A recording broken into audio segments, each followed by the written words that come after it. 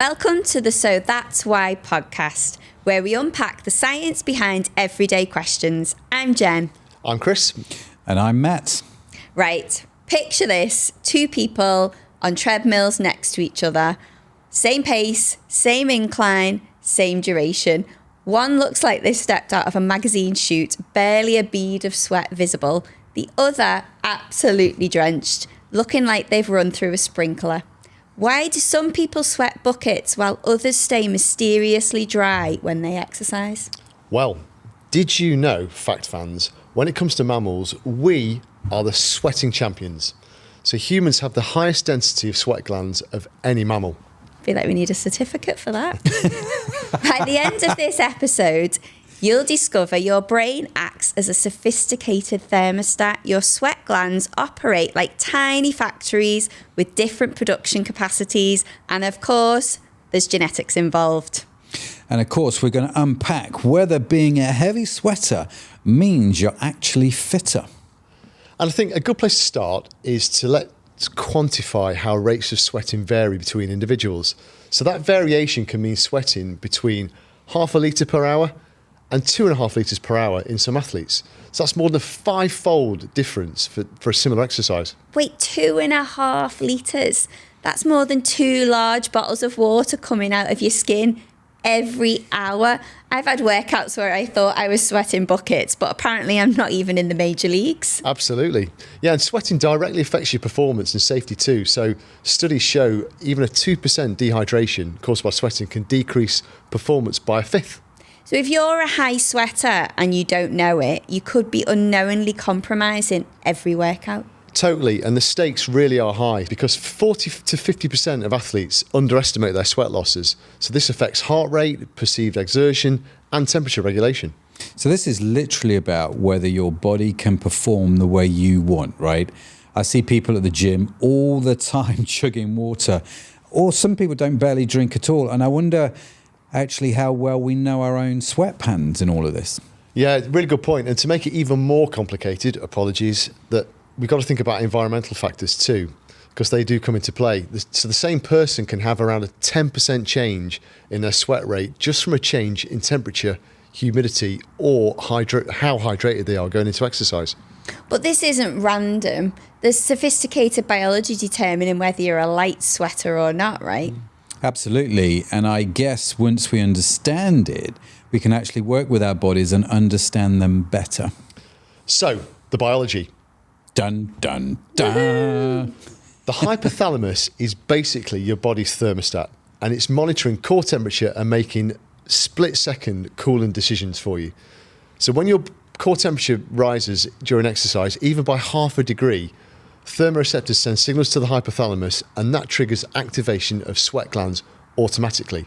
Clever, right? It's brilliant. So my brain decides how much to sweat without me having any say. Exactly. And that's why you see people struggling in hot gyms or during summer workouts, right? Their bodies are trying to manage this critical emergency system. And if it can't keep up, we all know it, performance tanks. But if we've all got the same system, why do some people's emergency systems seem to set on gentle mist while others are on like a fire hose mode? Well, yeah, so this comes down to your individual sweat gland architecture, for want of a better word. So sweat gland density varies significantly across the body and between different people. So if you have sweaty palms or sweaty feet, it's no surprise really because they have the highest concentration of sweat glands across the body. Now, sweat gland density decreases with body surface area, meaning larger people generally have lower gland densities. So what you're saying is bigger people have fewer sweat glands per area. That's right, but they might compensate with having higher output per gland. So sweat glands are really clever in how they work. Each gland produces fluid, similar to blood plasma, but then a duct reabsorbs sodium chloride. Like a factory with quality control. Exactly, and these little kind of water treatment plants, and they include like individual variations in reabsorption create differences in both sweat rate and saltiness. Saltiness, which may explain why some people leave salt stains in their workout gear and others don't, right? Like I've got that friend, whose gym shirt looks like it's been through a salt mine, whilst mine don't always, thankfully. Well, I'm curious about the genetic component here. Are some people just born to be better sweaters? They are. Yeah, so the genes involved in sweat gland development come into play while we're still embryos. So my DNA essentially predetermined my relationship with sweat. Absolutely right. Yeah, and gender's also a factor. So women have higher sweat gland densities due to smaller surface area, but men produce higher absolute sweat rates during intense exercise. And higher sweat rate means better cooling, right? Well, not necessarily. So it's about efficiency. So efficiency matters way more than volume. If sweat isn't evaporating efficiently or causes excess fluid loss, more isn't better. Right, so you see this again, don't you, in the gym, really humid days. People are absolutely drenched, but still medically overheating because the sweat just sits there instead of evaporating, doing what it's supposed to do. That's gross. It is, but, welcome to the gym. Yeah, but that's real life. But what about age? I notice younger people seem to be able to handle the heat better. Yeah, it's true. So older adults show reduced sweat gland responsiveness, like compared to their younger people. And how do these biological differences play out in real people then? So there was a study of over 1,000 athletes, and it found that males averaged about 1.3 litre per hour of sweat loss, whereas females just under 1 litre. But the range still within these groups was enormous. And what about fit people who sweat buckets? I'm drenched after warm-ups while others haven't even removed their jackets. I mean, am I out of shape? I didn't think I was. No, so actually this busts a major myth. So fitter individuals often sweat more at the same intensity. Woo.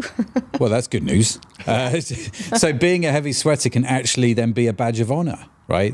Which changes everything for people who might feel self-conscious about their sweating. Yeah. Yeah, potentially. So if you look at people at their kind of peak fitness, they begin sweating within 1 to 2 minutes, whereas it's kind of 5+ minutes for people who are less trained. So your body learns to be proactive about cooling. So sweating waterfalls might actually mean my cooling system is working better? Exactly. So your body is anticipating the heat rather than just trying to react to it. Yeah, because I notice in the summer, the heat often, you deal with it better, don't you, by August? So does that mean my sweat system is adapting? It is, yeah. So after about 1 to 2 weeks of regular heat exposure while you're exercising, you acclimatise and your sweat system adapts. So it includes like leading to improved sodium conservation too. Sodium conservation.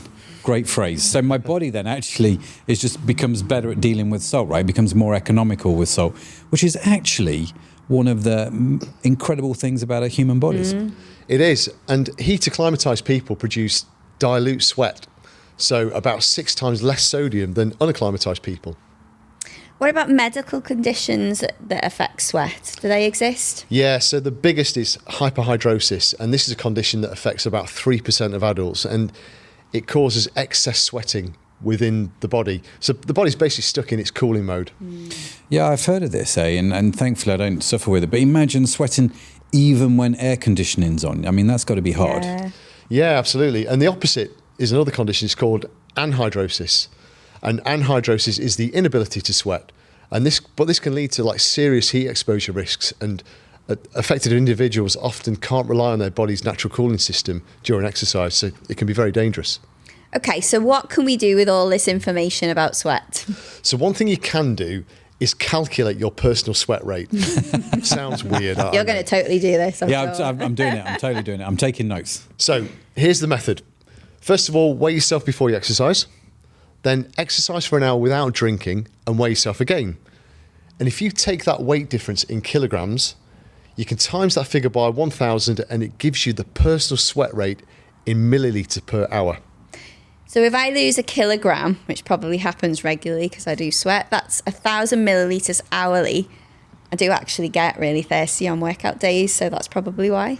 Yeah, but many athletes, actually, when it comes to like dehydration, many athletes think they need 100% replacement during exercise, but that's not the case and can actually be dangerous because it can deplete your electrolyte balance.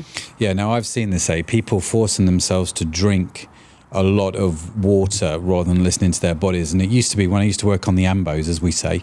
Ambulances, for those that don't know. When we used to work on the ambos at marathons, there was this real issue that you had with runners who would just drink water because they felt they needed to hydrate, which they do, but it depleted their electrolytes. And over a long period of time, they actually got really ill.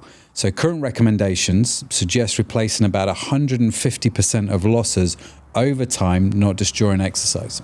So we don't need to constantly drink water during our workouts? That's right, not necessarily. No, so your body handles some dehydration during exercise absolutely fine. So up to 2% of body weight loss is acceptable. The key is managing your hydration based on your individual routine. So for those high sweaters out there that are losing over like 1.5 litres an hour, what's the strategy? So I'd say pre-exercise hydration is key, and then moderate intake during exercise. So don't overdo it. And then really focusing on that post-exercise rehydration, potentially including electrolyte drinks and such like.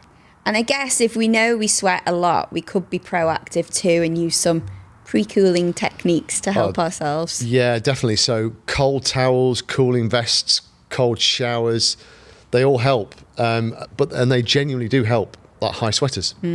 So even simple things can help as well, right? So like run cold water over your wrists for, 30 seconds. The key areas, to run cold water over your forehead, palms, feet, they're used for temperature regulation, aren't they? Yeah. And does when you exercise matter? Yeah, so interestingly, when it comes to high sweaters, if they exercise in the cooler parts of the day, that can cut their sweat losses by 30 to 40%. Yeah, early morning and evening workouts actually make a huge difference. I found for me, working out in the morning is a big deal, right? The best time to work out. Plus, obviously, wearing the right gear, moisture wicking, fabrics, they help for high sweaters, cooling headbands, neck wraps. All these things can be real game changers. And how do sweat differences connect to other health aspects? Because we know everything connects. Everything connects. You're right. I've read that your sweat patterns actually affect sleep quality. So people who don't cool efficiently have disrupted sleep for prolonged elevated temperatures. It impacts performance and recovery time between workouts. That's it. It's all linked. And it comes down to mood and energy levels too. So excess fluid loss affects blood volume, impacting circulation. So even mild dehydration can cause a decrease in cognitive function. So it all comes down to your own personal health. And like diet and exercise, there is no universal hydration strategy. It's what's right for you. So what we're saying is understanding your sweat response is foundational for effective routines, heat tolerance, even travel strategies. Like if you're a high sweater planning a tropical holiday, you need a completely different preparation, perhaps than someone who barely sweats at all. And sweating patterns, do they change as we get older?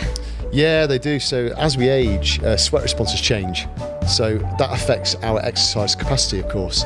So keeping on top of these changes, it can help maintaining your active lifestyle more effectively and safely.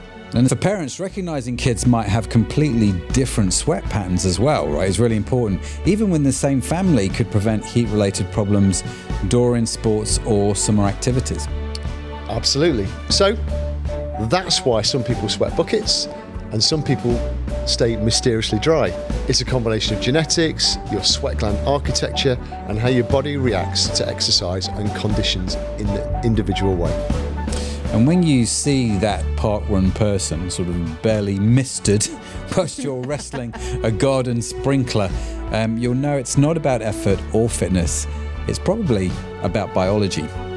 So that's why some exercise for hours with minimal perspiration, while others need industrial strength towels after warm-ups. That's it for this week. Make sure you hit that subscribe button, as we're going to be unpacking the science behind everyday questions each week. And tell us in the comments what questions you'd like us to explore. Thanks so much for geeking out with us. But for now, that's it from me. That's it from me. And that's it from me. Bye.